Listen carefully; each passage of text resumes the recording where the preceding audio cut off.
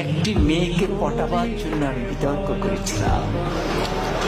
কিন্তু আজকে তোমরা এসছো, কেউ প্রধানমন্ত্রী হবা, কেউ হিলারি হবা। কি ভয়ঙ্কর মিথ্যা কথা! কারণ আমি একটি মেয়েকে শুধু পটাতে চেয়েছিলাম। কি দিয়ে? বিতর্ক দিয়ে। সে আমাকে পাত্তা দেয় না, সে আমার দিকে তাকায় না।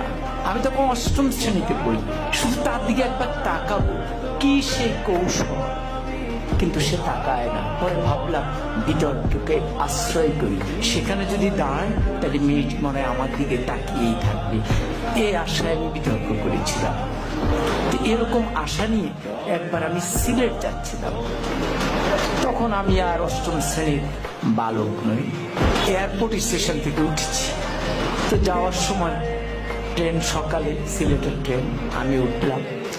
উঠে আমার সিটে গেলাম, দেখি আমার একটি সিট, সামনে আরেকটি সিট, মানে ডাবল ডাবল না। পরে কেউ আসে না, পরে একটি মেয়ে আসলো এবং মেয়েটি সামনে বসার পর আমি একটু সতেজ হয়ে গেলাম। পুরুষের মন তো। পরে মেয়েটি দেখলাম সাদা গ্রাউন্ড